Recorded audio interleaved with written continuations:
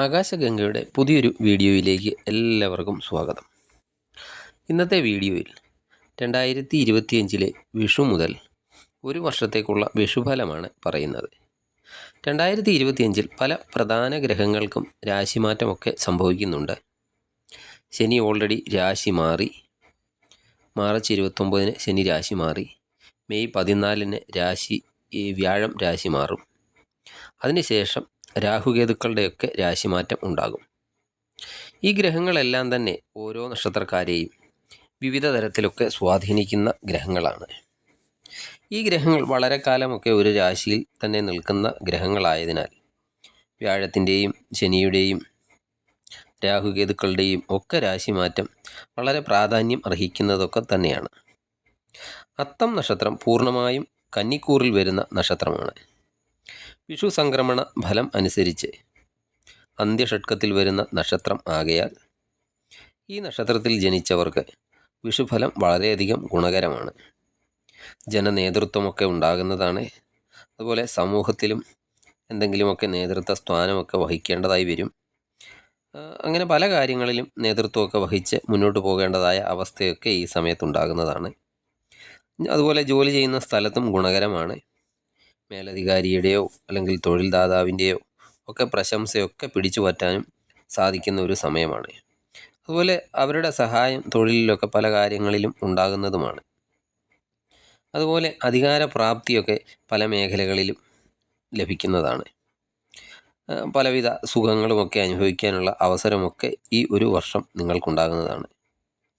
ദേവത വിഷ്ണുവാണ്. വിഷ്ണു ദേവത ആകയാൽ ബ്രാഹ്മണാദി പ്രസാദാദി ഗുണങ്ങളും ഉണ്ടാകുന്നതാണ്. ഈ വിഷുഫലത്തിൻ്റെ കൂടെ തന്നെ ഗ്രഹങ്ങളുടെ ചാരവശാലുള്ള ഫലങ്ങളും കൂടി ചിന്തിക്കണം. ശനി 6-ാം ഭാവത്തിലായിരുന്നു. ആ 6-ാം ഭാവത്തിൽ നിന്ന് 7-ാം ഭാവത്തിലേക്ക് രാശി മാറി. അത് അത്ര ഒരു അനുകൂലമായ രാശിമാറ്റമല്ല. അതുപോലെ വ്യാഴവും 9-ാം ഭാവത്തിൽ ഇപ്പോൾ അനുകൂലമായ അവസ്ഥയിലാണ്. ആ വ്യാഴം മെയ് 14 10-ാം ഭാവത്തിലേക്ക് രാശി മാറും. അതും അത്ര ഒരു അനുകൂലമല്ല.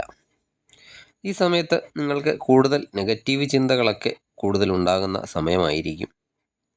അതുപോലെ നിങ്ങൾ മനസ്സിൽ ഉദ്ദേശിച്ചിട്ടൊക്കെ പല ആഗ്രഹങ്ങളും മനസ്സിലൊക്കെ ഉദ്ദേശിക്കുന്നുണ്ടായിരിക്കും. ആ ആഗ്രഹങ്ങളൊക്കെ പൂർത്തീകരിക്കാത്ത ഒക്കെ അവസ്ഥ വരുമ്പോൾ അത് നിങ്ങളെ ഒരു പ്രകോപിതൻ ആക്കിയേക്കാം.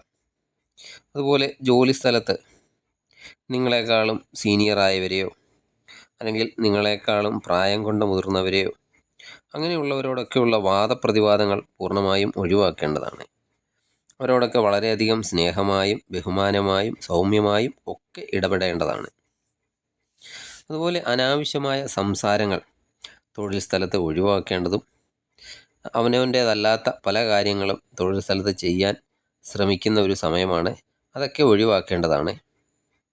അതുപോലെ അനാവശ്യമായ കാര്യങ്ങൾക്കായുള്ള യാത്രകളൊക്കെ പരമാവധി ഒഴിവാക്കുക. യാത്രകളൊക്കെ കൂടുതൽ ഉണ്ടാകുന്ന സമയമാണ്. യാത്രകൾ കൊണ്ട് നഷ്ടങ്ങളും ഉണ്ടാകാൻ സാധ്യതയുണ്ട്. യാത്രകൾ അത്ര ഒരു ഗുണകരമായ സമയം ആയിരിക്കില്ല. അതുപോലെ സുഹൃത്തുക്കളിൽ നിന്നുമൊക്കെ അല്പം അകലം പാലിക്കുന്നത് നന്നായിരിക്കും. അല്ലെങ്കിൽ സുഹൃത്തുക്കളിൽ നിന്നൊക്കെ പലവിധ പ്രശ്നങ്ങളും നിങ്ങൾക്ക് നേരിടേണ്ടതായിട്ട് വരുന്നതാണ്. അതുപോലെ എന്തെങ്കിലുമൊക്കെ കാര്യം ചെയ്യാനായിട്ട് കടബാധ്യതകളൊക്കെ പരമാവധി വരുത്തി വയ്ക്കരുത്. കടബാധ്യതകൾ ഈ സമയത്ത് വന്നു ചേരാൻ സാധ്യതയുള്ളതിനാൽ അതൊക്കെ ശ്രദ്ധിക്കണം. അതുപോലെ ജോലി ആവശ്യങ്ങൾക്കായോ അല്ലെങ്കിൽ മറ്റെന്തെങ്കിലും ആവശ്യങ്ങൾക്കായോ ഒക്കെ വീട് വിട്ടൊക്കെ മാറി നിൽക്കേണ്ട അവസ്ഥകളൊക്കെ ഉണ്ടാകാം. അതുപോലെ ഈ പങ്കാളിത്ത ബിസിനസ്സൊക്കെ ചെയ്യുന്നവർ അല്പം ശ്രദ്ധിക്കണം. പരസ്പരമൊക്കെയുള്ള ബന്ധം ശ്രദ്ധിച്ച് തന്നെ കൊണ്ടുപോകേണ്ടതാണ്. ആ ബന്ധമൊക്കെ വഷളാകാതിരിക്കാനോ ഒക്കെ നിങ്ങൾ തന്നെ ശ്രദ്ധിക്കേണ്ടതാണ്. അത് കുടുംബ ബന്ധത്തിലായാലും പരസ്പരം ഉള്ള സ്നേഹവും സഹകരണവും ഒക്കെ പോകാതെ ശ്രദ്ധിക്കണം. അതുപോലെ ക്ഷമയൊക്കെ ഏറ്റവും കൂടുതൽ ആവശ്യമായ സമയമാണ്. അത് എപ്പോഴും നിങ്ങളുടെ മനസ്സിൽ ഉണ്ടായിരിക്കേണ്ടതാണ്. അതുപോലെ എന്ത് കാര്യമാണെങ്കിലും അത് ചെയ്തു തീർക്കാൻ അല്പം കാലതാമസം ഒക്കെ ചിലപ്പോൾ ഉണ്ടായേക്കാം. അതുപോലെ ആരോഗ്യകാര്യത്തിലും അല്പം ശ്രദ്ധയൊക്കെ കൊടുക്കണം. ത്വക്ക് രോഗങ്ങളെ അതുപോലെ വേദന അങ്ങനെയൊക്കെയുള്ള രോഗങ്ങൾക്കൊക്കെ സാധ്യതയുണ്ട്.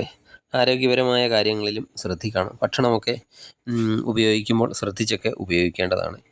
നിങ്ങൾക്ക് കൂടുതൽ ഗുണഫലങ്ങളൊക്കെ ലഭിക്കുന്നതിന് വേണ്ടി ശനിയാഴ്ചകളിൽ ശനീശ്വരനെ എള്ളുതിരി വഴിപാട്, അതുപോലെ നീരാഞ്ജനം വഴിപാടൊക്കെ ചെയ്യുന്നത് നന്നായിരിക്കും. അതുപോലെ വ്യാഴാഴ്ച മഹാവിഷ്ണു ക്ഷേത്ര ദർശനം നടത്തി കഴിയുന്ന വഴിപാടുകളൊക്കെ ചെയ്യുക. അതുപോലെ ശ്രീകൃഷ്ണ ക്ഷേത്ര ദർശനം നടത്താൻ പറ്റുന്നവരാണെങ്കിൽ അത് നടത്തുന്നതും വളരെയധികം ഗുണം ചെയ്യുന്നതാണ്. അതുപോലെ വിഷ്ണു സഹസ്രനാമം ദിവസവും ജപിക്കാൻ പറ്റുമെങ്കിൽ അത് ദിവസവും ജപിക്കുന്നത് നിങ്ങൾക്ക് കൂടുതൽ ഗുണഫലങ്ങൾ നൽകുന്നതായിരിക്കും. നിങ്ങൾക്ക് ഈ വീഡിയോ ഇഷ്ടമായാൽ ലൈക്ക് ചെയ്യുക. സബ്സ്ക്രൈബ് ചെയ്യാതെ കാണുന്നവരാണെങ്കിൽ ദയവായി സബ്സ്ക്രൈബ് ചെയ്ത് കാണുക. മറ്റൊരു വീഡിയോയിലൂടെ വീണ്ടും കാണാം. നന്ദി, നമസ്കാരം.